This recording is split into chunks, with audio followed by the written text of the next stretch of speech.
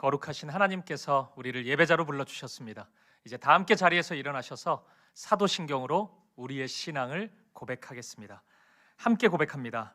전능하사 천지를 만드신 하나님 아버지를 내가 믿사오며 그 외아들 우리 주 예수 그리스도를 믿사오니 이는 성령으로 잉태하사 동정녀 마리아에게 나시고 본디오 빌라도에게 고난을 받으사 십자가에 못 박혀 죽으시고 장사한 지 사흘 만에 죽은 자 가운데서 다시 살아나시며 하늘에 오르사 전능하신 하나님 우편에 앉아 계시다가 저리로서 산자와 죽은 자를 심판하러 오시리라. 성령을 믿사오며 거룩한 공예와 성도가 서로 교통하는 것과 죄를 사하여 주시는 것과 몸이 다시 사는 것과 영원히 사는 것을 믿사옵나이다. 아멘.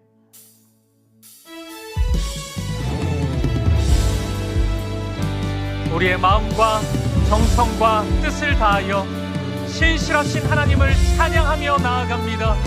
신실하신 하나님, 신실하신 하나님, 신실하신 주, 나의 주 하나님은 신실하신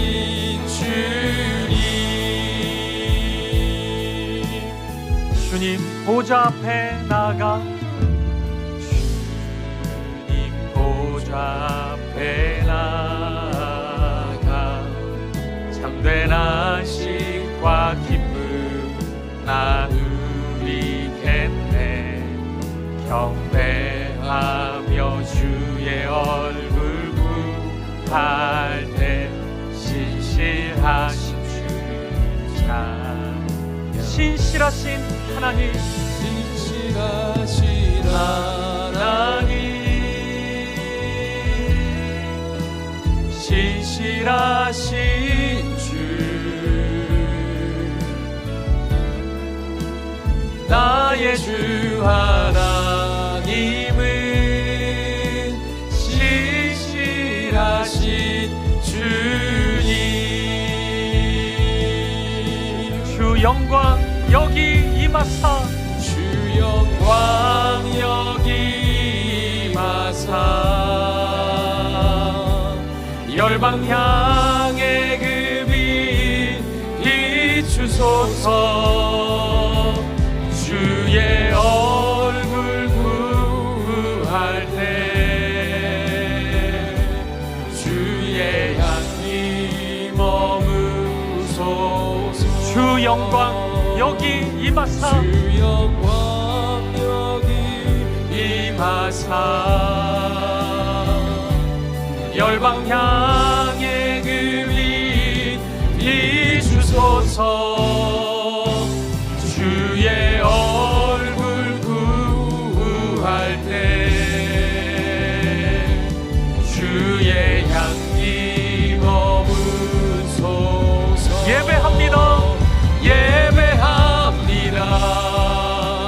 찬양합니다. 주님만 날 다스리소서. 예배합니다. 찬양합니다.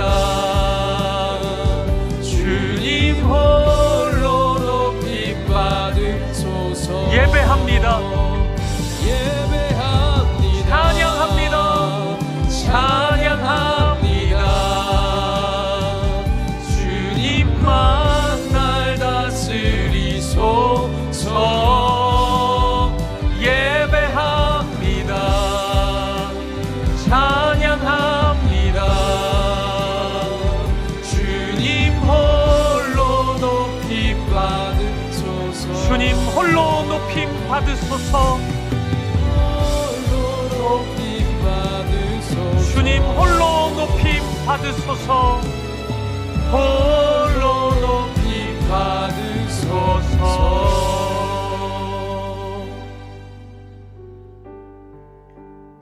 예배자로 합당치 못한 우리의 삶을 십자가 앞에 내려놓으며 예배를 위하여 부르짖어 기도하기를 원합니다. 주여 은혜를 부어 주옵소서. 다 같이 통성으로 기도하시겠습니다. 살아계신 하나님 아버지, 오늘도 우리를 사랑하셔서 우리를 하나님 앞으로 불러주시고 하나님을 예배케 하시는 이 은혜와 이 사랑에 진심으로 감사합니다.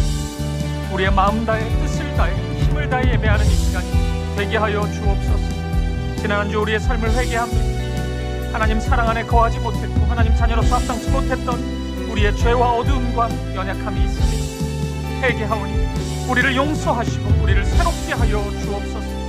오늘 우리의 예배 가운데 주님 말씀하여 주옵소서. 우리가 듣겠습니다. 은혜와 사랑으로 우리를 채워주시옵소서. 우리 안에 있는 모든 아픔과 두려움을 씻어주시고 오늘 예배를 기쁨으로 하나님 앞에 올려드리게 하여 주옵소서. 우리 사김의 교회를 붙잡아 주시고 걸어가는 모든 발걸음이 하나님의 말씀을 따라나 주님의 신실한 한 몸 되게 하여 주옵소서. 모든 성도들의 삶과 가정을 기억하여 주시고 은혜와 평강을 경험하는 날마다의 삶이 되게 하여 주옵소서. 이 예배 가운데 함께 하셔서 십자가의 부활의 생명을 누리는 복된 시간이 되게 하여 주옵소서. 주님 인도하여 주옵소서.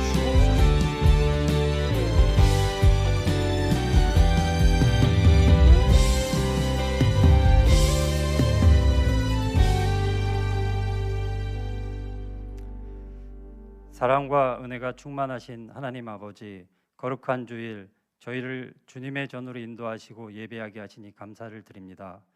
어제도 오늘도 변함없이 신실하시며 우리의 삶을 세밀하게 인도하시고 도우시는 에베네셀의 하나님을 이 시간 찬양합니다.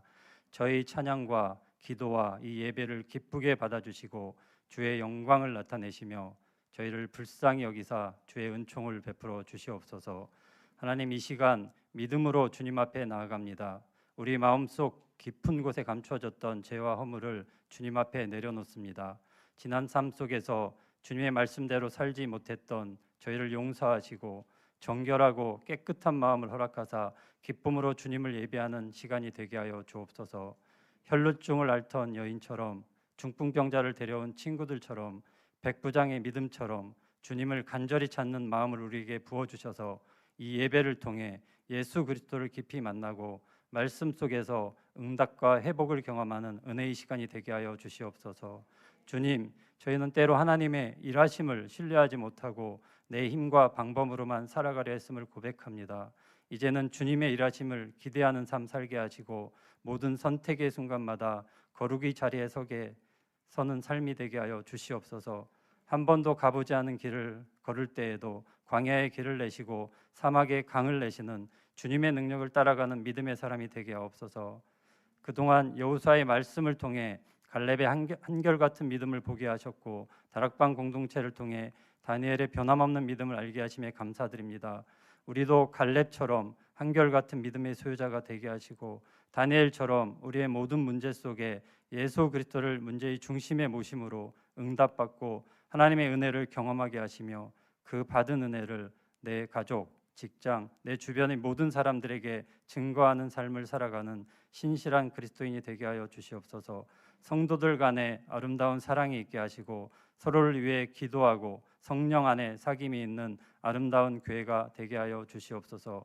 이제 저희 사귐의 교회가 여름 사역을 준비하고 있습니다. 다음 세대를 위한 여름 성경학교와 단기 선교를 통해 예수 그리스도를 인격적으로 만나고 하나님의 일하심을 경험하는 은혜가 있게 하옵소서. 하나님, 이 나라와 민족을 긍휼히 여겨주시고 정의와 공의가 바로 서며 하나님을 경외하는 거룩한 민족이 되게 하옵소서. 세상의 가치가 아닌 성경적 가치관이 이 사회에 뿌리내리게 하시고 분열된 정치와 어려운 경제가 사랑과 회복으로 치유되게 하옵소서. 세계 각지에서 복음을 전하시는 선교사님들을 기억하시고 그들의 사역 위에 성령의 능력을 덧입혀 주시며 영적, 재정적 필요를 채워주시고 그 자녀들도 하나님의 축복 안에서 자라나게 하옵소서. 주님, 이 시간 유병희 담임 목사님을 위해 기도합니다. 목사님을 통해 사귐의 교회에 행하신 하나님의 비전을 밝히 보게 하시고 어떠한 문제와 어려움이 있어도 한때, 두때, 반때를 믿음으로 이겨내므로 하나님께서 예비하신 축복을 온전히 누릴 수 있게 하옵소서. 선포되는 말씀 가운데 성령의 기름 부으심을 더하시고 그 말씀을 통해 사귐의 교회와 모든 성도들에게 치유와 회복의 역사가 일어나게 하옵소서. 예배를 위해 섬기고 봉사하는 찬양대와 방송실, 안내팀과 교사들 모든 헌신의 손길들 위해 주님의 평강과 형통함을 더하여 주옵소서. 이 모든 말씀 살아계셔서 지금도 역사하시는 우리 주 예수 그리스도의 이름으로 기도합니다.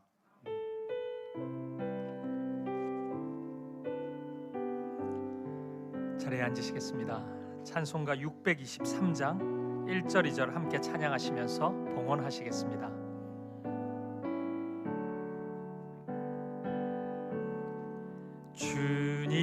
주님의 시간에 아름답게 모든 것 변하리. 주님 나의 갈 길을 인도하여 주시니 주의 뜻을 따라서 살리라.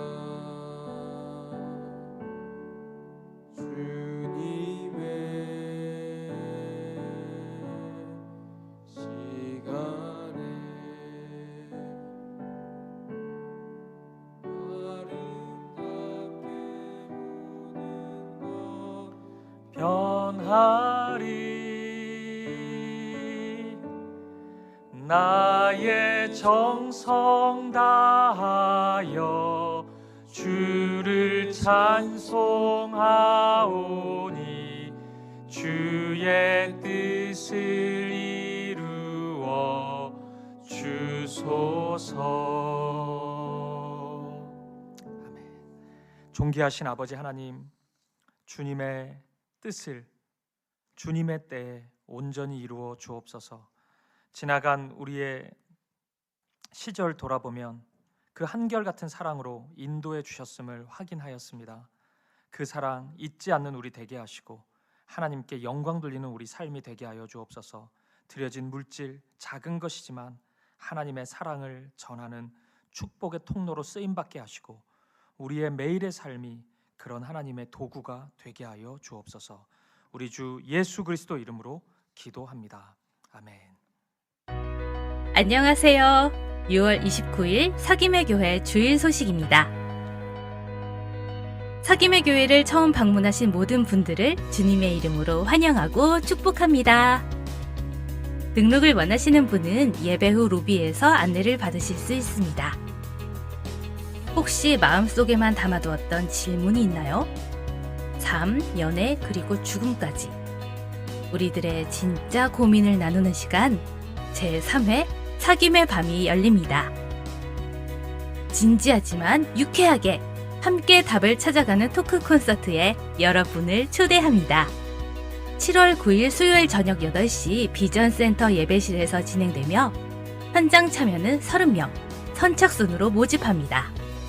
오직 라이브로만 함께할 수 있는 특별한 시간이니 지금 바로 홈페이지와 주보 QR코드를 통해 신청하세요. 다음 세대 여름 사역이 진행됩니다. 다가오는 7월 5일 토요일 영유아부 코비의 여름 성경학교가 비전센터에서 진행됩니다. 나는 하나님을 예배해요! 라는 주제로 진행되는 이번 성경학교를 통해 우리 자녀들의 여름이 믿음으로 자라는 시간이 되도록 많은 기도 부탁드립니다. 특별히 헌금시 이름 옆에 수박이라고 적어주시면 다음 세대 여름 사역에 쓰일 예정이니 많은 참여 부탁드립니다.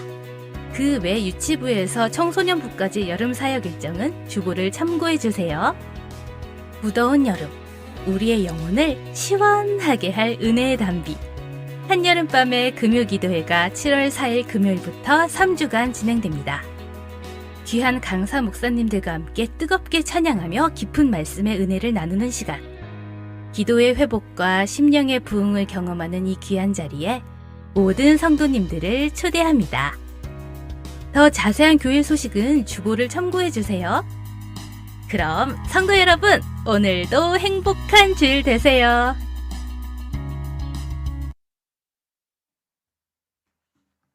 네, 감사합니다. 오늘부터 영상 광고를 한번 해봤는데 1부 때도 이런 분위기였습니다. 이제 익숙해지리라 생각합니다. 2부 예배 오신 사랑하는 성도님들 환영하고 축복합니다. 우리 옆에 있는 분들 바라보시면서 인사 나누도록 하겠습니다. 사랑합니다. 축복합니다. 사랑합니다. 축복합니다. 교회 소식은 우리 영상 광고 또 주보 참고해 주시고요.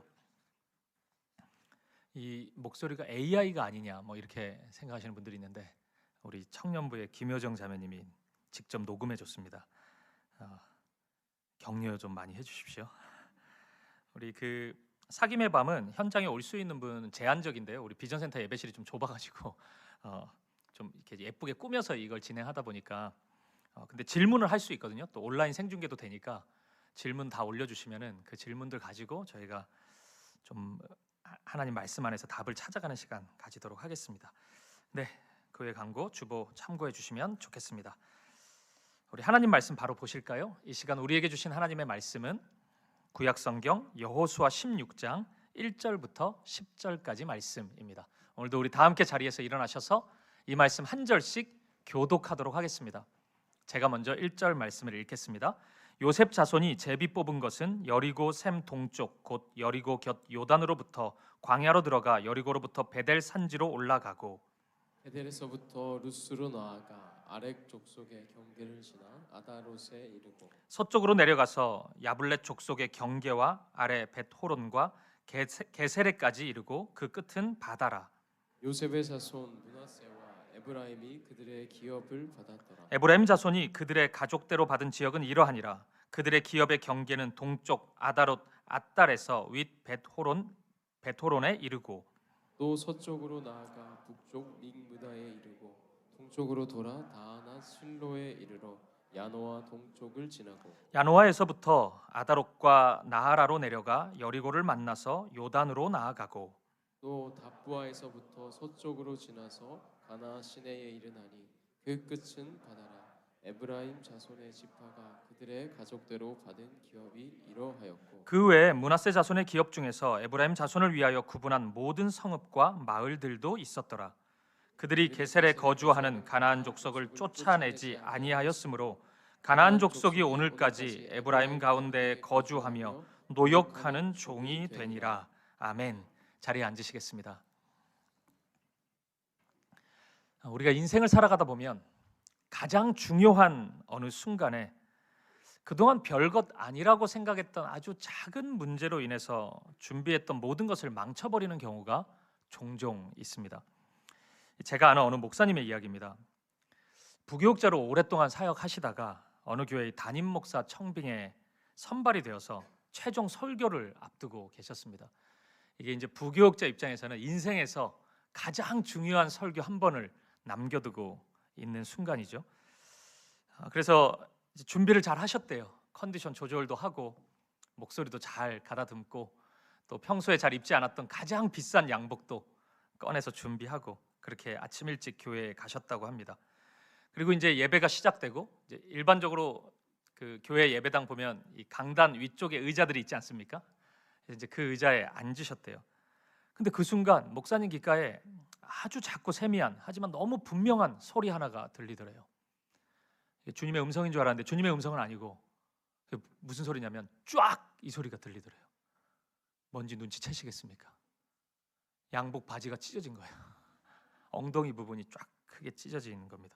이게 목사님 입장에서는 이제 가장 좋은 양복이라고 아껴두다가 주일에도 잘 안 입고 그러다가 이제 청빙 설교를 한다고 입고 갔는데 이게 또 시간이 흐르면 좀 해지잖아요. 비싼 것도. 그러니까 금방 찢어져 버린 겁니다. 이 소리가 너무 크다 보니까 이 앞쪽에 앉은 성도들은 다 들었대요. 목사님 바지 찢어졌구나. 그래서 이제 이 강단에 서보면 알거든요. 이 눈빛이 이게 설교를 듣는 게 아니고 자꾸 바지만 보고. 근데 목사님도 느껴졌대요. 그래서 무슨 설교를 했는지도 모른 채 그냥 끝났고 앞쪽에 계신 분들은 이제 엉덩이가 보이나 막 이러면서 이제 끝났대요. 그래서 뭐 그것 때문인지 모르겠는데 청빙되지 못하셨습니다, 목사님. 이 교회. 물론 지금은 굉장히 좋은 교회에 좋은 성도들 만나면서 목회를 하고 계시는데 그런 이야기를 제가 들은 적이 있어요. 근데 여러분, 저도 비슷한 경험이 있습니다. 여러분 놀라실 수 있는데 우리 사김의 교회에서 제가 비슷한 일이 있었습니다. 아마 대부분은 모르실 텐데 저희가 역삼에서 예배드릴 때 이 엘리베이터가 굉장히 좁고 느렸잖아요. 우리 다음 주부터 이용할 엘리베이터는 굉장히 빠릅니다. 제가 그렇게 들었어요. 타보진 않았지만. 근데 좀 느렸잖아요. 그래서 제가 주일에는 웬만하면은 계단으로 올라갔거든요. 이제 지하에서 예배 드리고 사무실이 9층에 있었으니까 9층으로 계단으로 올라가고 했는데 그날도 아침에 이제 그냥 출근부터 그냥 계단으로 올라간 거죠. 올라갔는데 이게 좀 요즘엔 양복이 좀 타이트하고 그러니까 이 허벅지 부분이 쫙 찢어졌나 봐요. 근데 제가 그걸 못 느꼈어요. 찢어졌다는 걸. 누가 좀 봤으면 좋겠는데 모른 채 일부 예배를 드렸습니다. 제가 이제 나중에 어떻게 알았냐면 그냥 모두가 모른 채 넘어갔으면 끝까지 그렇게 있었을 텐데 이제 소수의 분들이 이제 사랑하는 마음에서 그걸 다 반응을 해주셨어요. 찢어졌다고. 그래서 이제 제가 아내한테 급하게 전화하고 아무 양복 바지나 빨리 가지고 오라고 해서 막 택시 타고 왔다 갔다 해서 제가 이제 입고 2부부터는 잘 드리긴 했는데 이제 제가 1부 예배 끝나고 나서 그 사실을 알아버렸으니까 이제 많이 그때 그래서 그 표정을 지었나? 앞에 계신 분들이 허벅지를 자꾸 봤나? 그리고 또 실제 예배 끝나고 나니까 뭐 문자 주신 분도 있고 허벅지에 대해서 얘기도 해주시고 안 보내도 되는데 그런 건 이렇게 막 주시더라고요. 제가 사역이 다 끝나고 사실 사역자에게 있어서 여러분 일주일에 모든 사역이 중요하지만 가장 긴장되는 시간이 주일이거든요. 설교를 해야 되니까 저도 막 식사도 잘 못하고 그래요. 사실 아무리 많이 해도 똑같은 증상이 있더라고요.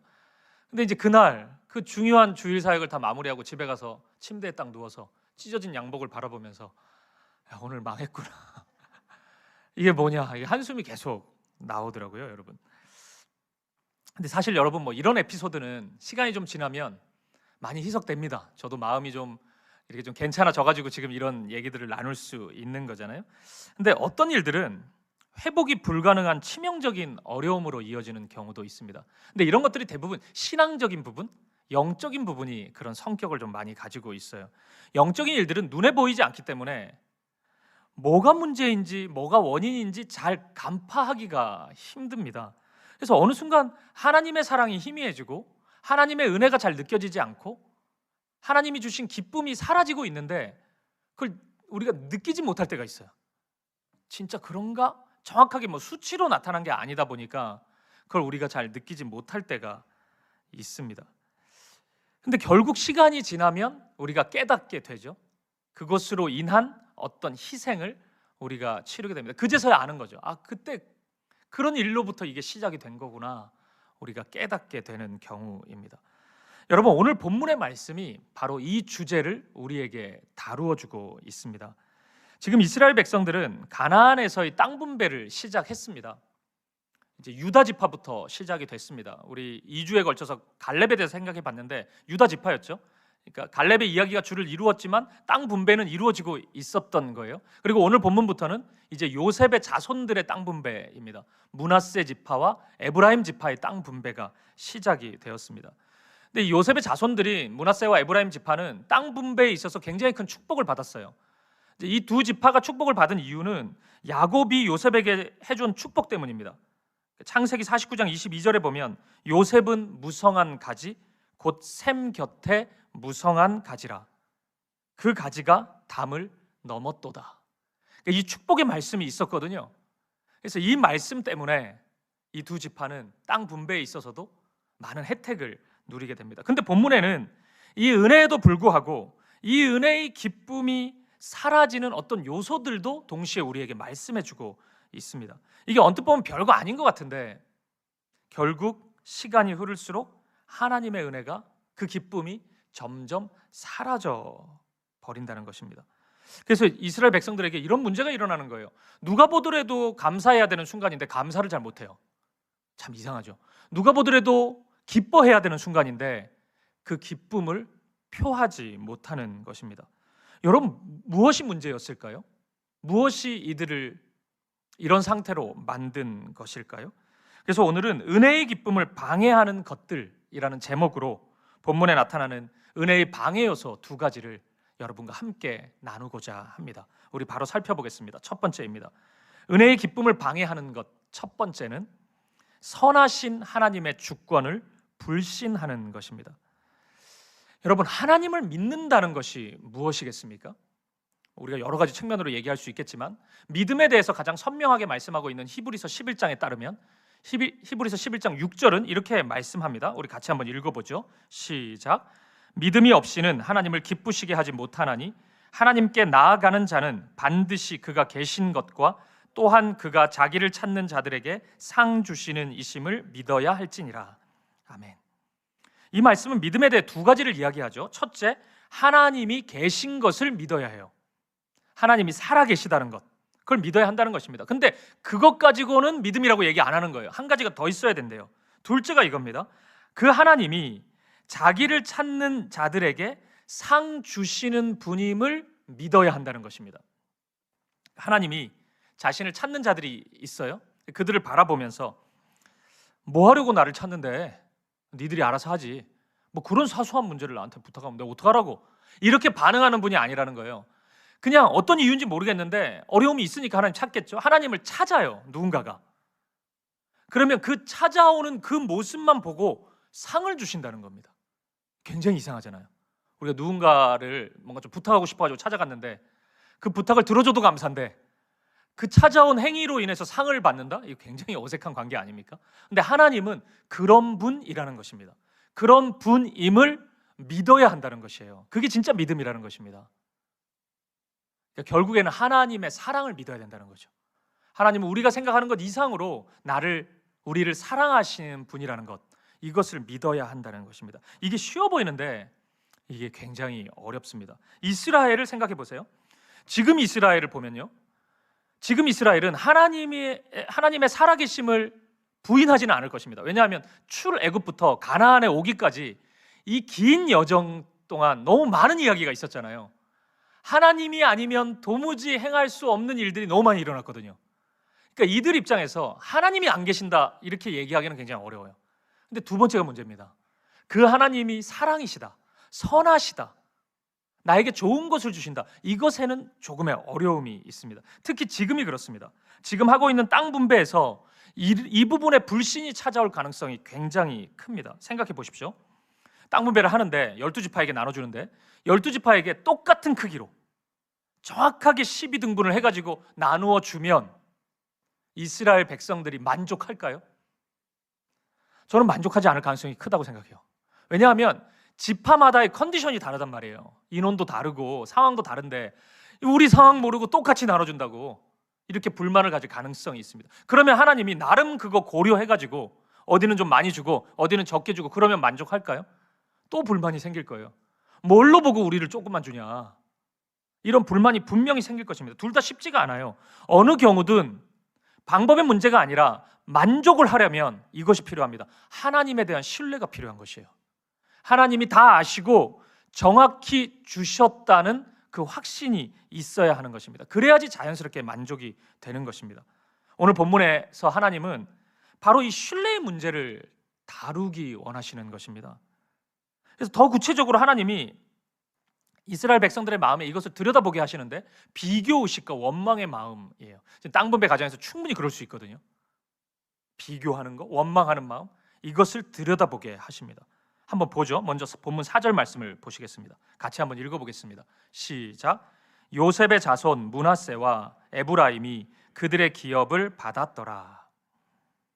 사실 이 말씀은 좀 이상합니다. 그 이스라엘의 12지파라는 것은 야곱의 아들들로 구성이 돼 있어야 되는데 지금 12지파에 속해 있는 므낫세와 에브라임 지파는 야곱의 아들이 아니잖아요. 이게 요셉의 아들이거든요. 그러니까 손자입니다. 야곱의 손자. 근데 이 장면이 어색하지 않은 이유는 야곱이, 그러니까 할아버지 야곱이 아버지인 요셉에게 했던 축복 때문에 그래요. 너희의 두 아들인 므낫세와 에브라임을 내가 나의 아들로 여기겠다는 축복의 말씀이 창세기 48장에 있었거든요. 그래서 그 말씀대로 그러니까 레위 지파는 땅 분배를 받지 못했잖아요. 이미 제가 나눈 적이 있죠. 하나님을 예배하는 그 부르심, 특별한 부르심을 받았기 때문에 그 레위 지파가 빠지고 이제 요셉이 해야 되는 그 한 자리를 두 지파, 아들들 둘, 므낫세와 에브라임 두 아들이 지파가 되어서 들어오게 된 거예요. 그러니까 12지파가 딱 맞아 떨어지게 된 거죠. 근데 제가 여러분 지금 확인하고 싶은 것은 어떻게 해서 12지파가 됐냐 이게 아니고 이 12지파에 들어오게 된 므낫세와 에브라임 두 지파의 관계입니다. 잘 보세요. 므낫세는 장남이고 요셉의 장남이고 두 아들이 있었기 때문에 에브라임은 차남입니다. 고대 근동에서 장남이 장자가 누리게 되는 축복이나 권한은 어마어마합니다. 그것이 불변하는 문화의 힘이었단 말이에요. 그건 어쩔 수 없는 일이에요. 근데 오늘 본문 4절과 5절을 보면 이 관계에서 묘한 균열이 일어나는 것 같은 느낌을 받습니다. 4절은 방금 읽었던 4절은 이 순서에 맞게 얘기를 해요. 요셉의 자손 므낫세와 에브라임이. 근데 5절부터를 보면은 므낫세가 장자가 아니라 에브라임이 장자 같아요. 에브라임의 이야기를 계속합니다. 그리고 마치 에브라임이 장자인 것을 염두에 둔 것처럼 말씀이 계속 진행이 됩니다. 이게 굉장히 이상하죠. 여러분, 왜 이런 일이 벌어졌는지 아십니까? 이 므낫세와 에브라임이 할아버지 야곱의 축복을 받을 일이 있었는데, 그때 이제 므낫세, 에브라임 이 순서로 축복을 해줘야 되는데 야곱이 순서를 바꿔버립니다. 그래서 에브라임에게 장자의 축복을 해줘요. 창세기 48장 14절을 한번 보세요. 이스라엘이 오른손을 펴서 차남 에브라임의 머리에 얹고 왼손을 펴서 므낫세의 머리에 얹으니 므낫세는 장자라도 팔을 엇바꾸어 얹었더라. 이제 오른손에 장자의 축복을 해야 되는데 이걸 바꿔가지고 에브라임을 축복한 것입니다. 여러분, 야곱이 왜 이랬을까요? 나이 들어가지고 헷갈렸나? 왜 그랬을까요? 이게 이유를 모릅니다. 성경이 이유를 말씀해 주지를 않아요. 그러면 질문 하나 더 해볼 수 있죠. 그럼 왜 안 알려줄까요? 이런 이유 알려주면 좋을 것 같은데 왜 안 알려줄까요? 저는 이렇게 생각해요. 이것이 하나님의 주권이기 때문에 그렇습니다. 하나님께 달려있는 일이기 때문에 그래요. 그러니까 하나님 나라를 위해서 쓰임받는 자리는 철저히 하나님께 달려있는 것입니다. 우리가 이것을 기억해야 해요. 물론 여러분, 어떤 경우는 하나님이 우리가 왜 그 자리에 있어야 하는지, 왜 그 일을 해야 되는지 알려주시는 경우가 있습니다. 바울 같은 사람이 그렇죠. 하나님이 알려주세요. 너를 왜 부르는지, 왜 그런 사역을 해야 되는지 알려주십니다. 하지만 훨씬 많은 경우는 그렇지 않아요. 하나님이 알려주시지 않습니다. 이것은 여러분, 하나님이 불친절하시거나 하나님이 매너가 꽝이어서 그런 건 아닙니다. 우리의 한계 때문이에요. 단지 그것 때문입니다. 우리가 하나님의 뜻을 온전히 받을 수 있는 능력이 없기 때문에 그렇습니다. 그러니까 우리는 하나님이 아니기 때문에 하나님이 무엇을 이게 상세하게 설명해 주신다고 해서 다 납득이 되는 존재가 아니라는 것입니다. 마치 갓난아이가 이렇게 엄마 모유를 먹다가 이제 이유식으로 넘어가는 시점이 있잖아요. 그때 아이를 붙잡고 막 설명해 주진 않잖아요. 말을 해도 못 알아듣고 뭐 그 이해하니까 제가 힘들지만 이제 이유식 할게요 이렇게 하는 게 아니잖아요. 그냥 좋은 것이기 때문에 그거 하는 겁니다. 그래서 애가 막 힘들어하고 그냥 마시면 됐는데 이제 씹어야 되니까 막 힘들어하고 그러잖아요. 그런 것과 저는 마찬가지라고 생각합니다. 때때로 우리는 아니라고 스스로를 매우 높이 평가할 때가 있어요. 아니, 내가 믿음이 있는데 하나님이 나에게 선하고 아름다운 것 그 이유를 잘 설명해 주면 나도 동의가 되고 동참하죠. 제가 어떻게 저를 위해서 이기적으로 하겠습니까? 다 얘기해 주시면 저는 납득하고 그렇게 헌신하죠. 우리 이렇게 얘기하는 경우 종종 있는데 그 대단한 교만입니다. 우리 그런 능력이 별로 없어요. 하나님이 선한 길을 우리에게 보이셔도 받아들이지 못하는 경우가 굉장히 많습니다. 우리는 이해하지 못하고 거부하는 경우가 굉장히 많아요. 이것이 우리의 한계입니다. 여호수아가 여러분 이스라엘의 지도자가 되는 과정을 생각해 보십시오. 여호수아가 시험 보고 지도자 됐습니까? 아니죠. 아니면 국민 투표했어요? 대선이 열려가지고 투표해가지고 여호수아가 1등 돼서 지금 지도자가 되었습니까? 아닙니다. 오직 하나예요. 하나님이 그냥 부르신 것입니다. 지명하여서 여호수아를 이스라엘 공동체의 지도자로 삼은 것입니다. 물론 이게 세상의 기준으로 보면 무슨 인사 프로세스가 이런 게 있냐, 이런 짬짬이가 어딨냐, 말이 안 된다 이렇게 여겨질 수 있는데 하나님 나라에서는 이것이 가능한 일입니다. 왜냐하면 하나님 나라에서는 여러분 여호수아는 성공한 인생, 갈렙은 실패한 인생 이런 기준이 없어요. 갈렙이 실패한 것이 아닙니다. 야, 같이 정탐꾼 이때까지는 잘 나갔는데 갈렙은 45년 뭐 하는 거야? 아주 그냥 인생이 무너졌네, 꼬였네. 이건 세상의 기준이지 하나님이 갈렙을 그렇게 바라보시지 않아요. 하나님 나라의 질서 속에서는 아무도 갈렙을 그렇게 평가하지 않습니다. 하나님 나라 안에서의 자리와 역할은 성공과 실패의 개념이 아니라 단지 부르심이 다를 뿐인 것입니다. 이것은 틀림이 아니라 다름일 뿐이라고요. 여러분, 우리가 세상적인 관점으로 너무 꽉 차 있으면요, 하나님의 일하심이 불편하게 느껴질 수밖에 없습니다. 하나님이 뭘 이렇게 행하시면, 하나님 나라의 일들을 막 펼쳐 나가시면 매사에 불편합니다. 매사에 비교하고 억울해하고 속상해하고 우리 그럴 수밖에 없다고요. 제가 청년 시절에 이제 청년으로 있었던 교회 공동체에서 저는 그 청년부에서 찬양 인도자가 되고 싶었습니다. 그러니까 일부 예배 때도 이런 눈빛이었는데 당신의 가창력을 아는데 무슨 찬양 인도자냐 뭐 이런. 저도 압니다. 사실 지금은 충분히 알아요. 지금 같아서는 제가 하려고 막 그렇게 얘기하고 그러지 않았을 겁니다. 근데 당시에는 너무 하고 싶었어요. 앞에 서가지고 이렇게 기타를 치면서 이렇게 찬양이 너무 제가 하고 싶었어요. 근데 당시 청년부 전도사님이 저에게 배정해 준 사역은 OHP 가사 띄우는 사역이었습니다.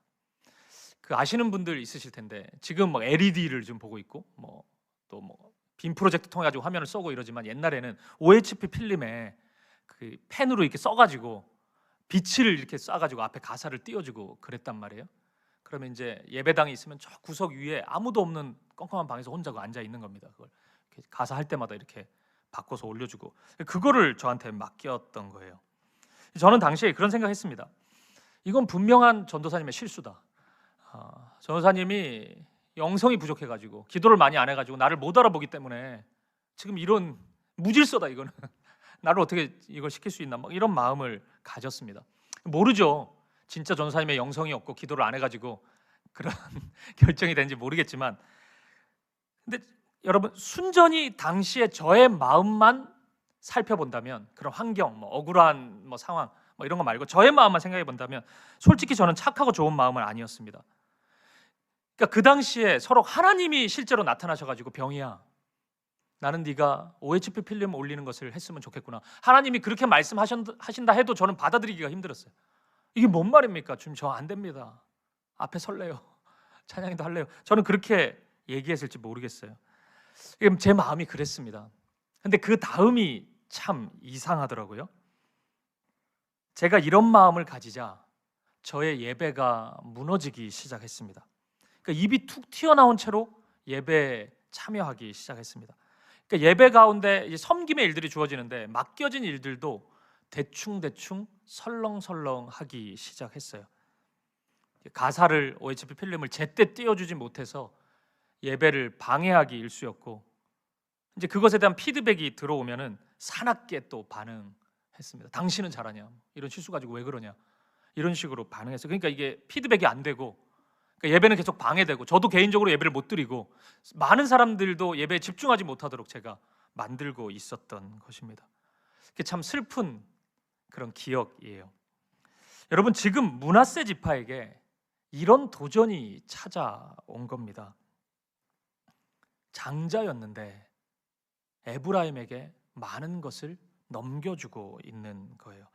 물론 하나님이 보시기에는 아무런 차이가 없습니다. 이게 지금 회사에 인사를 하는 게 아니고 하나님 나라 공동체를 가나안에 세우고 있기 때문에 이거는 완전히 다른 이야기잖아요.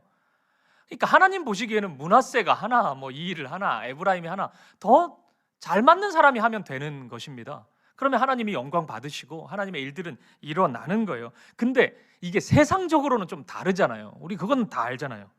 에브라임이 진짜 큰 일을 하는 것처럼 보이고 므낫세는 실패한 것처럼 보이고 작은 것처럼 보이고, 이 현실이 분명히 있단 말이에요. 이 느낌을 우리가 모른 채 할 수는 없단 말이에요. 므낫세는 이것을 극복해야 했던 것입니다. 근데 그뿐만이 아니에요, 여러분. 9절도 한번 보세요. 본문 9절 같이 한번 읽어보겠습니다. 시작. 그 외에 므낫세 자손의 기업 중에서 에브라임 자손을 위하여 구분한 모든 성읍과 그 마을들도 있었더라. 므낫세 지파의 경내에 있는 일부 성읍들이 에브라임 지파에 배정이 됐다는 것입니다.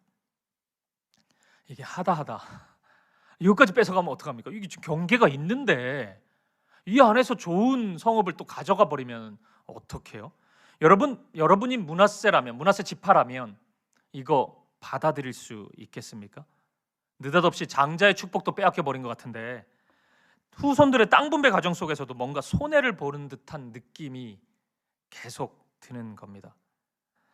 만약 여러분 므낫세 지파 사람들이 이런 마음으로 무장돼 있었다면 저는 끓어오르는 원망을 참기는 힘들었을 것이라고 생각합니다. 찾아와야죠. 여호수아 찾아와가지고 뭐 하는 거냐 지금 도대체, 땅 분배가 이게 지금 뭐냐, 지금 보자 하니까 우리 보자기로 보냐, 막 이런 얘기 이제 튀어나오는 겁니다. 여러분, 공동체 안에 대부분의 사람들이 이런 생각으로 가득 차 있으면 그때부터는 난장판이 되는 겁니다. 맨날 속상하다, 상처받았다 이런 얘기밖에 할 게 없어요. 그럴 수밖에 없는 것입니다. 결정적으로 나타나는 문제는 여기까지 인도하신 하나님의 은혜를 잊어버리게 돼요. 마치 그 하나님의 은혜가 없었던 것인 양 말하고 행동하기 시작하는 것입니다. 지금의 흥분된 감정 때문에 출애굽에서부터 가나안에 이르기까지 진짜 어마어마한 일들이 있었는데 기억 상실증에라도 걸린 것처럼 그 은혜를 다 잊어버리게 된다는 것입니다. 하나님을 바라보지 못해요. 여러분, 바로 이겁니다. 이것이 하나님의 주권을 인정하지 못했을 때, 하나님의 선하심을 인정하지 못했을 때 나타나는 위험인 것이에요. 그리고 여러분, 저는 이러한 위험이 저와 여러분에게도 얼마든지 나타날 수 있다고 생각합니다. 오늘 지금의 현실 때문에 비교의식, 원망의 마음으로 서 있는 분이 있으십니까? 특히 하나님의 부르심에 있어서요. 1차적으로 그렇게 적용이 되니까요. 하나님의 부르심에 있어서 그 마음이 드는 분들 있으세요? 하나님의 일하심이 인정이 안 되는 분들이 있으세요? 그러면 여러분, 제가 목사로서 그 마음이 이해되지 않는 것은 아닙니다. 그러니까 저도 그런 적이 많고 또 지금도 그럴 때도 있고요. 그러니까 그 마음에 공감되지 않는 것 아니지만 적어도 오늘 이 시간에는 그 마음 이해받는 것이 1번이 아니었으면 좋겠습니다. 그 전에 그것으로 인해 잃어버리는 것을 볼 수 있길 바라요. 그것 때문에 주님이 주시는 은혜를 잃어버리거든요. 주님의 은혜의 기쁨을 잃어버리고 있어요. 여러분, 그거 알고 있으십니까? 여러분 안에 바로 그것 때문에 은혜의 기쁨이 사라지고 있다는 것, 그것을 알고 계셔요? 만약 그렇다면 오늘 그것을 되찾아올 수 있기를 바랍니다. 그것이 먼저입니다, 여러분. 그 원망의 마음, 그거 토로하느라고 은혜를 잃어버리고 기쁨을 잃어버릴 수는 없는 것이에요. 되찾는 방법은 하나입니다.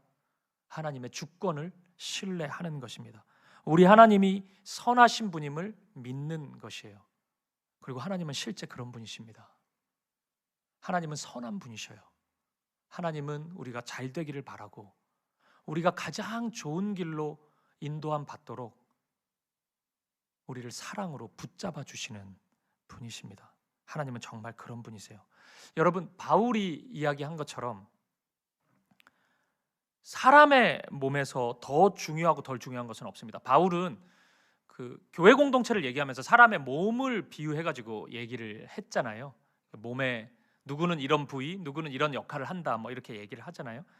여러분, 우리 몸에서 손이 발보다 더 중요한 것입니까?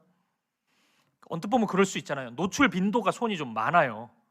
그리고 청결의 관점으로 보더라도, 위생적인 관점으로 보더라도 대체적으로 손을 더 많이 씻어요. 그러니까 발을 뭐 이렇게 하루에 10번씩 씻는 분은 없잖아요. 그죠? 근데 손은 10번씩 씻잖아요. 손도 안 씻으세요? 그래서 그 정도 씻잖아요, 손은. 그러니까 손을 더 많이 쓴다고요. 그러면은 발이 불필요한 겁니까? 발 없어도 되는 거예요? 이제 너 없어도 되겠다, 발은. 뭐 맨날 양말 신고 뭐 하냐 너는. 너 그냥 없자 그냥. 이제부터 손이 거를게. 이게 됩니까? 이 말이 안 되지 않습니까? 그러니까 하나님 나라의 질서 안에서, 그러니까 바울은 그걸 교회라고 얘기하는데, 하나님이 무엇을 부르실 때는 때때로 누군가는 손의 역할로, 누군가는 발의 역할로 부르실 때가 있는 것입니다. 그것은 그 사람을 더 사랑하거나 덜 사랑하거나 하는 문제가 아닌 것이에요. 하나님의 질서 속에서 가장 적합한 사람을, 하나님의 기준이죠, 그것도. 그렇게 그 사람을 부르실 뿐인 것입니다. 그렇게 하나님 나라를 하나님은 이루어 가시는 것이에요. 사랑하는 여러분, 저와 여러분 안에 이 믿음이 있었으면 좋겠습니다. 이 믿음으로 충만하기를 바라요. 그러면 우리가 신실할 수 있거든요. 이 믿음 가지고 매일의 삶을 신실하게 걸어가는 저와 여러분 되시기를 주님의 이름으로 간절히 축복합니다. 두 번째입니다. 은혜의 기쁨을 방해하는 것, 두 번째는 탐욕입니다. 본문을 보면 에브라임 지파가 자신의 땅에 있는 가나안 족속을 쫓아내지 못했다 이렇게 말씀합니다. 근데 그 이유가 기가 막혀요. 가나안 족속이 강해서가 아닙니다. 지금까지는 몇 번 그런 적이 있었잖아요. 가나안 족속이 너무 강했기 때문에, 안악 조선이 살고 있었기 때문에 쫓아내지 못하였더라, 뭐 이런 말씀이 있었어요. 근데 오늘 본문은 그런 상황이 아닙니다. 그들을 물리칠 실력은 충분히 있었어요. 그러면 왜 못 물리쳤을까요? 왜 쫓아내지 못했을까요? 오늘 본문 10절을 다시 한번 보시죠. 같이 읽어보겠습니다. 시작. 그들이 게셀에 거주하는 가나안 족속을 쫓아내지 아니하였으므로 가나안 족속이 오늘까지 에브라임 가운데 거주하며 노역하는 종이 되니라.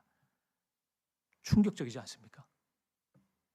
이들을 종으로 부려먹기 위해서 이들을 곁에 두었던 것입니다. 그러니까 이 모습은 우리가 그동안 보았던 믿음 없음과는 좀 성격이 다른 믿음 없음입니다. 그동안 믿음 없음은 두려움이었거든요. 현실이 너무 크고 강해서 너무 쫄아가지고 하나님이 더 크게 보이질 않아가지고 물러서는 모습이 믿음 없음이었는데, 지금은 다른 성격입니다. 욕심 때문에 죄를 짓고 있는 것이에요. 욕심 때문에 어두움의 일들을 내몰지 못하고 있는 것입니다. 인간적으로 그들을 곁에 두는 것이 도움이 되기 때문입니다.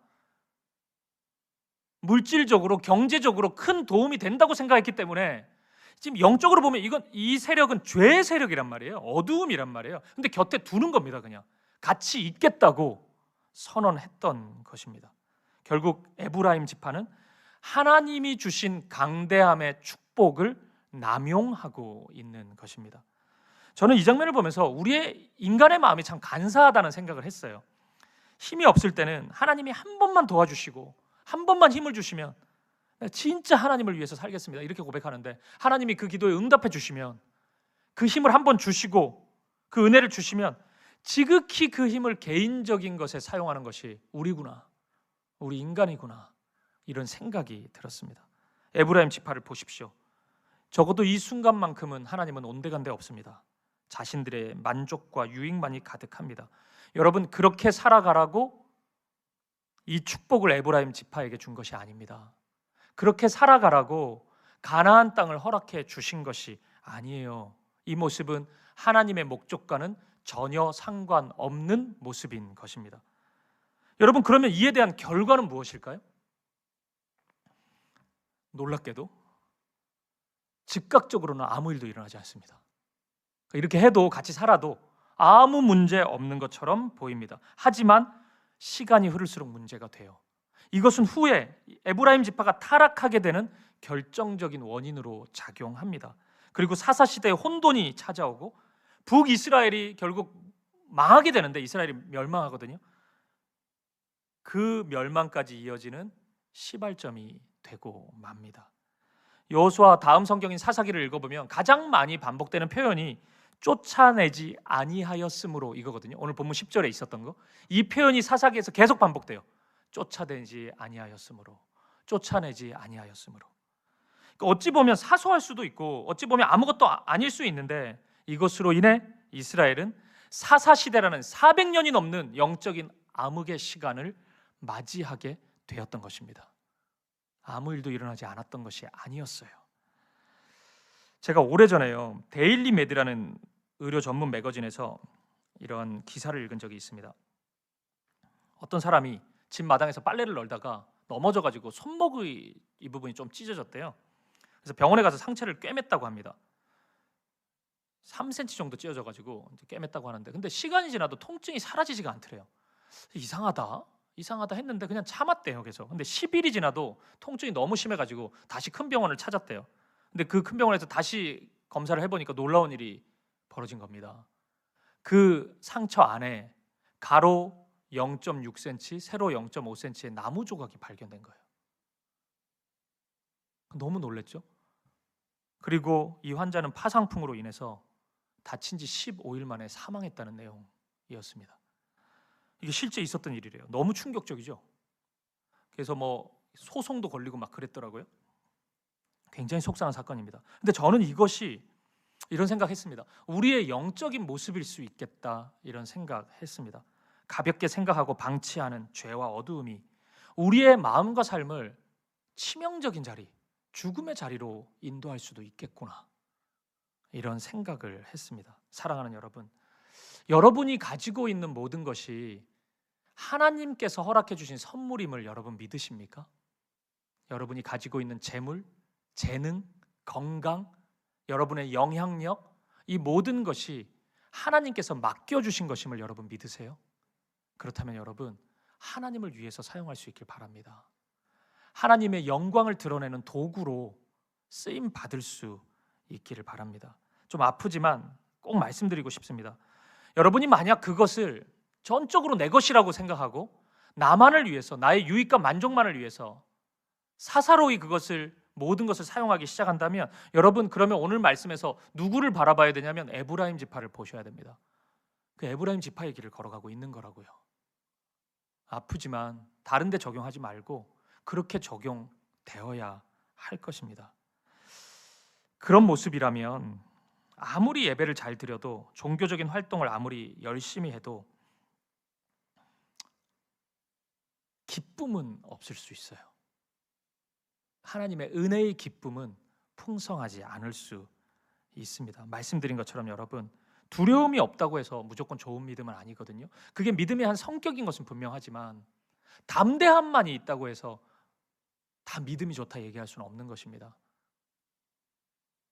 하나님이 주신 것을 내 것이라고 생각하는 그 교만도 믿음 없는 모습인 것을 여러분 인정할 수 있기를 바랍니다. 그러므로 여러분, 오늘 이 말씀을 통해 우리에게 숨겨진 어두움을 발견할 수 있기를 바랍니다. 나에게 주어진 하나님의 것을 기꺼이 하나님의 것이라 인정함을 통해서, 사실 이게 너무 당연한 건데 이게 안 돼요. 다 하나님이 주신 건데 하나님의 것이라고 잘 안 되죠. 근데 그 인정하는 믿음을 통해서 하나님의 은혜의 기쁨을 온전히 풍성히 누릴 수 있는 저와 여러분 되시기를 간절히 축복합니다. 말씀을 마무리하겠습니다. 지난주에 제가 어떤 분의 이야기를 잠깐 들었어요. 그 분의 자녀에 대한 이야기였는데, 그 아이가 이제 어린데 공부도 욕심도 있고 잘하고 여러 가지로 뛰어났는데 그 아이를 계속 지켜보니까 부모로서 너무 자기중심적이었대요. 그래서 너무 걱정이 되더래요. 그래서 아이의 인성을 위해서 과감하게 대안적인 교육을 선택했다는 그런 이야기였습니다. 저는 뭐 대안적인 교육이 무조건 선하고 옳은 것은 아닌데 뭐 그런 얘기를 하려는 게 아니라 그분의 결정의 과정이 굉장히 놀랍게 다가오더라고요. 사실 대부분의 부모님들은 다른 결정을 하지 않습니까? 이런 상황에서 아이에게 그런 부분이 발견된다 하더라도 별거 아닌 것으로 치부하잖아요. 많이 걱정은 안 하거든요. 차라리 애가 성적이 떨어진 걸 훨씬 걱정하지 그런 부분을 걱정 안 해요. 학업 성취를 더 높은 가치와 우선순위로 두는 것이 적어도 고등학교 시절까지는 대체적인 우리의 마음이라고 생각하거든요. 저에게도 그런 마음이 있고요. 근데 그분은 그렇게 하지 않았다고 해서 제가 굉장히 좀 놀라고 좀 새롭게 다가왔습니다. 저는 그러니까 별거 아닌 것처럼 여기는 자녀 교육에서 지금 적용을 하고 있는 부분이긴 하지만 이런 것으로 인해서 우리 사회가 보이지 않는 부분에서 계속 어두워지고 있다고 저는 생각합니다. 제가 이런 생각하거든요. 많은 분들이 자기가 하고 있는 일과 동화되지 못한 채 삶을 살아가고 있구나 이렇게 생각 많이 합니다. 이게 이런 겁니다. 저는 이런 분을 알아요. 사회복지학 교수이고 심지어는 세부 전공으로 노인복지를 전공했는데 그분이 믿음이 없기 때문에 이 설교를 듣지 않을 거라고 생각해서 제가 그냥 말씀을 드리는데, 노인복지를 전공하신 분이 자기 부모님을 돌보지 않아요. 제가 그분을 만날 때마다 굉장한 어색함을 느낍니다. 그분의 노인복지의 정책은 뭐예요 도대체? 왜 삶 속에서의 노인복지는 되지 않는 거예요? 굉장히 어색해요. 저는 이런 청년도 압니다. 아이를 가르치는 유치원 선생인데 세상에서 제일 싫어하는 대상이 아이래요. 근데 여러분, 이것은 뭐 직업적 스트레스는 있을 수 있잖아요. 우리가 누구라도요 출근하는 건 싫잖아요. 근데 그런 차원이 아니에요. 아이가 제일 싫대요. 근데 아이와 함께해요. 또 이런 분도 저는 압니다. 가정상담으로 박사학위를 받았는데 가정폭력을 일삼아요. 여러분, 이 어색함을 이거 어떻게 극복해야 됩니까? 근데 아마 여러분들이 아마도 이런 분들을 더 많이 만날 겁니다. 아마 분명히 훨씬 더 많이 세상 속에서 만날 거예요. 여러분, 왜 이런 분들이 이 사회 속에 속출하는 것입니까? 인생 속에서 다루어져야 할 부분이 때에 맞게 다루어지지 못했기 때문입니다. 그래서 이런 결과가 나오는 것이죠. 사실은 그게 우리의 모습이기도 하고 여러분의 모습이기도 할 것입니다. 지난주에 우리 교회에서 부모학교 1기 수료식이 있었어요. 그러니까 이제 수료생들만 모여가지고 수료식을 해서 많은 분들이 이제 보지 못했는데, 이 부모학교의 이름이 부모 면허학교였습니다. 그러니까 부모도 면허가 있어야 된다는 거예요.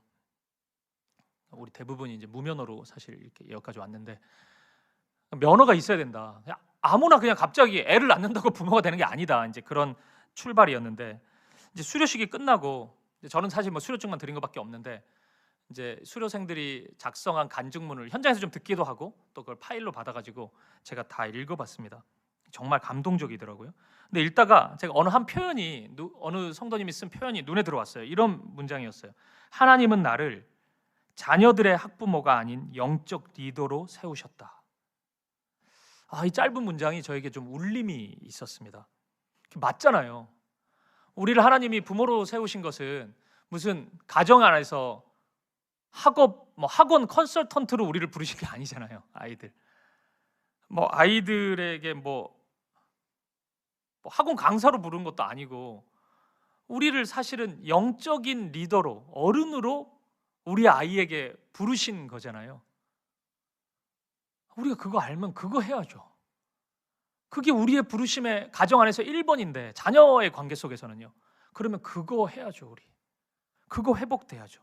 그러면 우리의 아이들이, 자녀들이 하나님의 자녀로 바르게 설 수 있을 것이라고 저는 확신합니다. 저는 이 결론 부분에서 자꾸 자녀 교육에서 적용을 하는데, 그것을 넘어서, 우리의 가정을 넘어서 우리의 삶 전체에 이 사명의식이 새겨질 수 있기를 바랍니다. 그러면 여러분, 우리의 삶 속에서 우리는 하나님이 주신 은혜의 기쁨을 온전히 누릴 수 있어요.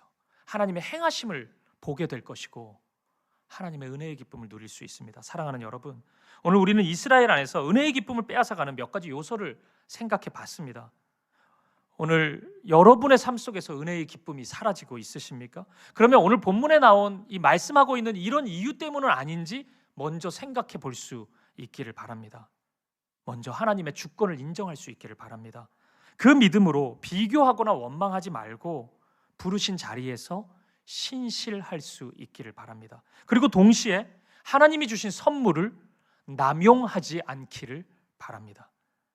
그 선물을 오직 나의 자랑과 내 교만의 근거로 삼거나 나의 유익과 만족만을 위해서 사용하지 않기를 바랍니다. 기꺼이 형제와 이웃을 위해서 그들을 섬기는 도구로도 사용할 수 있기를 바랍니다. 그 지경이 처음에는 매우 일부분이겠죠.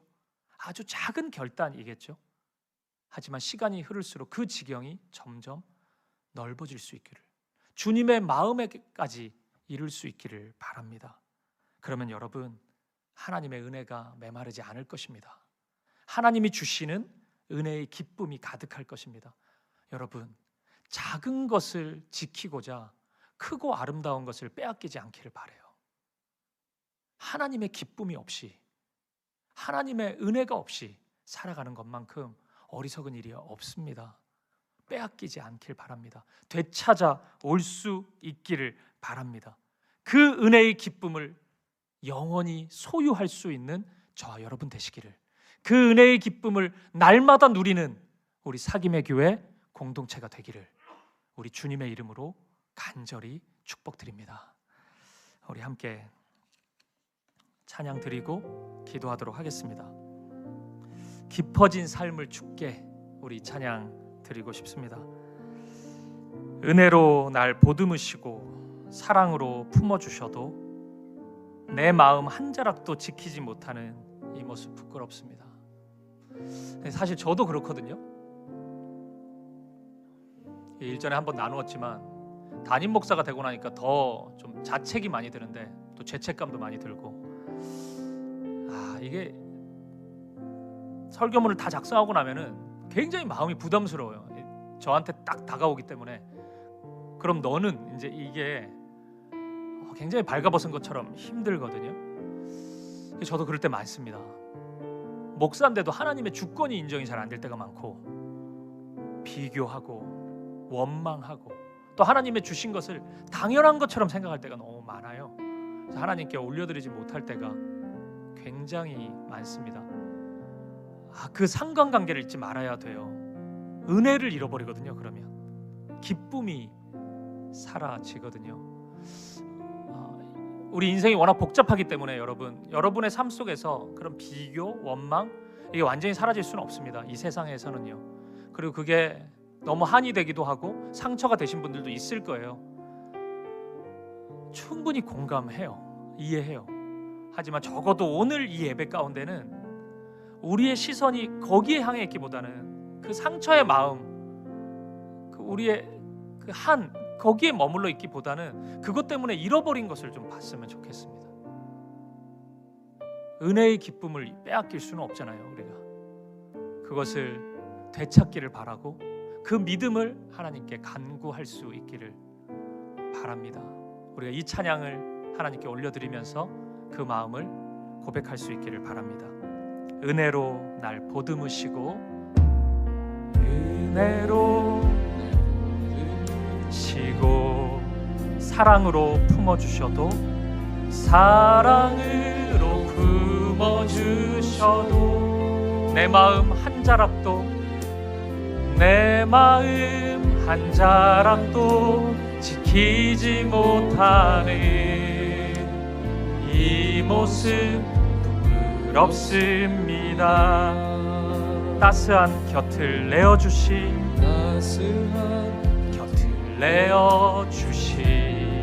주님 앞에 나아갑시다. 주님 앞에 나아갑니다. 표현 못할 긍휼로 나를 붙드시는 주 이름 바라봅니다. 매일 마주한 슬픔을 견뎌나가며 주 예수의 마음을 닮아가네.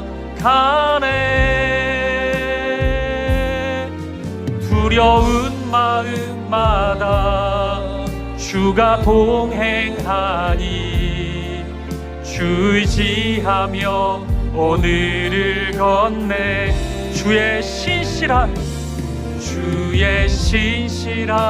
소망을 깊이 담으며 주 예수의 풍요를 채워가네.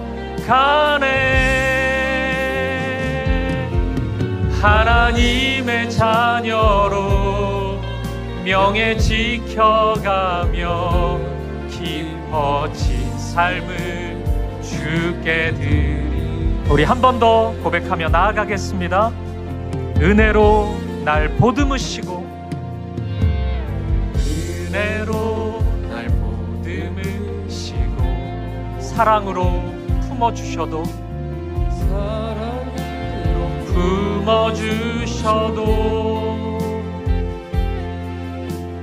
내 마음 한 자락도 지키지 못하는 이 모습 부끄럽습니다. 그럼에도 따스한 곁을 내어주신 주님 앞에 나아갑시다. 주님 앞에 나아갑니다. 표현 못할 긍휼로 나를 붙드시는 주 이름만 바라봅니다. 매일 마주한 슬픔을 견뎌나가며 주 예수의 마음을 닮아가네. 두려운 걸음마다 주가 동행하니 주 의지하며 오늘을 건네 주의 신실한 소망을 깊이 담으며 채워가며 주 예수의 풍요를 채워가네. 하나님의 자녀로 명예 지켜가며 깊어진 삶을 주께 드리네. 아멘. 우리 같이 한번 기도하실까요? 사랑하는 성도님, 오늘 여러분의 삶에 은혜의 기쁨이 사라지고 있습니까? 그러면 오늘 말씀에 나온 이유 때문은 아닌지 돌아보셔야죠. 하나님의 주권을 인정하지 못해서 비교와 원망 때문에 그 기쁨을 잃어버리는 것은 아닌지, 또는 하나님이 주신 선물을 남용하고 있기 때문에 나의 것이라고 여기고 오직 내 자랑, 내 교만의 근거로 삼고 있고 나의 만족과 유익만을 위해서 사용하고 있기 때문에, 형제를 위해서, 이웃을 위해서 조금도 흘려보내지 못하고 있기 때문에 내 마음이 점점 메말라져 버리고 있는 것은 아닌지 우리 돌아보아야 될 것입니다. 하나님, 더 좋은 것을 되찾고 싶습니다. 은혜를 되찾기 원하고 그 기쁨을 되찾기 원합니다. 주님, 믿음을 주십시오. 하나님의 선하심을 인정하게 하시고 지나간 모든 세월들 돌아보면 하나님 정말 그러신 분이셨는데, 아버지, 그 하나님을 인정하고 그 믿음으로 오늘 서는 내가 되게 하여 주옵소서. 그리고 조금씩 나에게 주신 좋은 것을 하나님을 위해서, 하나님 나라를 위해서 선한 영향력의 도구로 흘려보낼 수 있는 아버지, 내가 되게 하여 주옵소서. 아버지, 그런 삶을 살게 하여 주옵소서. 그 믿음을 주시옵소서. 은혜의 기쁨을 되찾게 하여 주시옵소서. 다시는 잃어버리지 않는 나의 삶이 되게 하여 주옵소서. 우리 가정이 되게 하여 주옵소서. 우리 자녀들이 그러한 인생을 살아가게 하여 주옵소서. 우리 교회를 그렇게 붙잡아 주시옵소서. 우리 기도 제목 가지고 한 마음과 한 뜻으로 기도하며 나아가겠습니다. 함께 기도하시겠습니다. 살아계신 아버지 하나님, 오늘 빼앗기지 않기를 원합니다. 이 좋은 것을, 이 은혜를, 이 기쁨을 다시 되찾기를 원합니다. 주님, 믿음을 주시옵소서.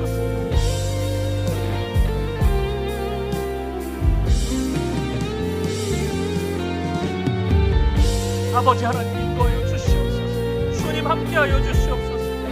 주님, 인도하여 주시옵소서.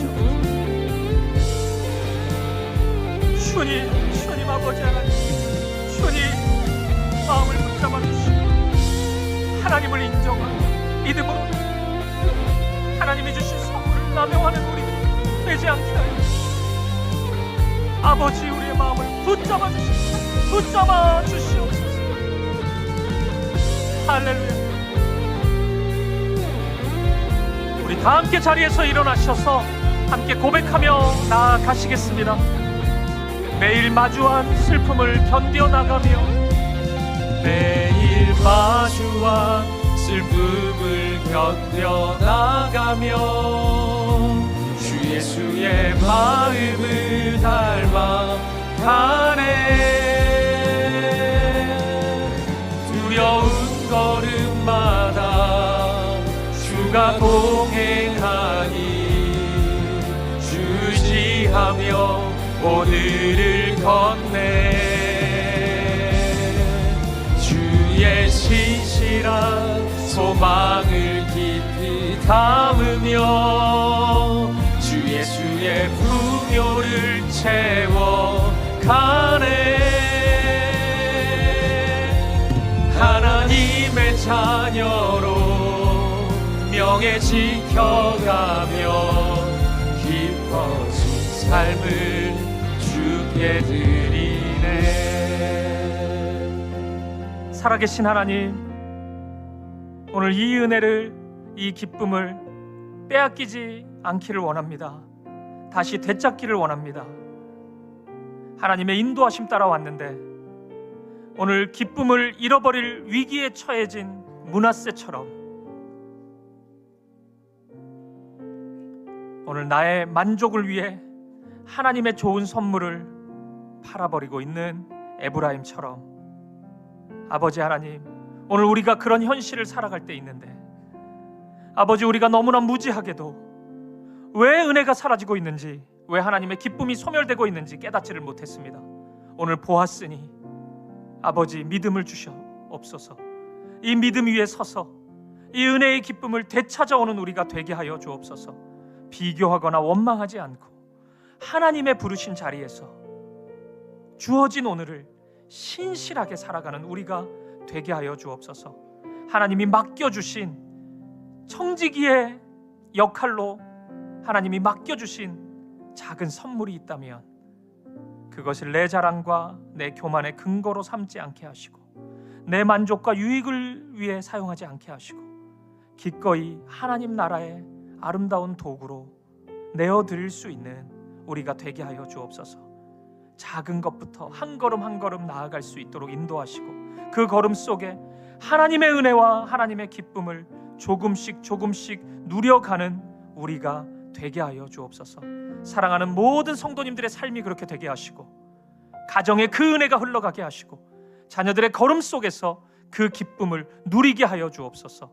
우리 사귐의 공동체 안에 이 은혜의 기쁨이 날마다 넘쳐 흐르게 하여 주옵소서. 그렇게 우리를 인도하시고 함께 하실 주님 찬양합니다. 감사와 찬양을 드리며 이 모든 말씀 살아계신 예수 그리스도 이름으로 기도합니다. 아멘.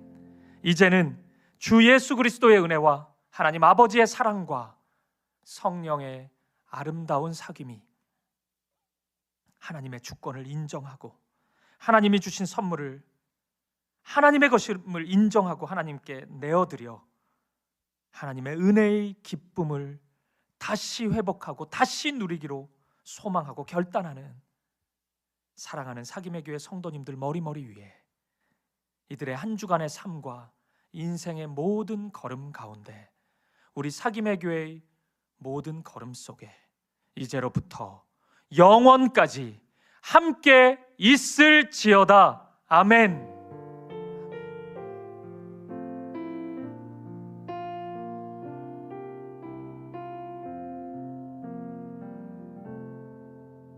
찬양 들으심으로 삶의 자리로 나아가겠습니다. 매일 마주한 슬픔을 견뎌나가며 주 예수의 마음을 닮아가네. 두려운 걸음마다 주가 동행하니 주지하며 오늘을 걷네. 주의 신실한 소망을 깊이 담으며 주 예수의 풍요를 채워가네. 하나님의 자녀로 영에 지켜가며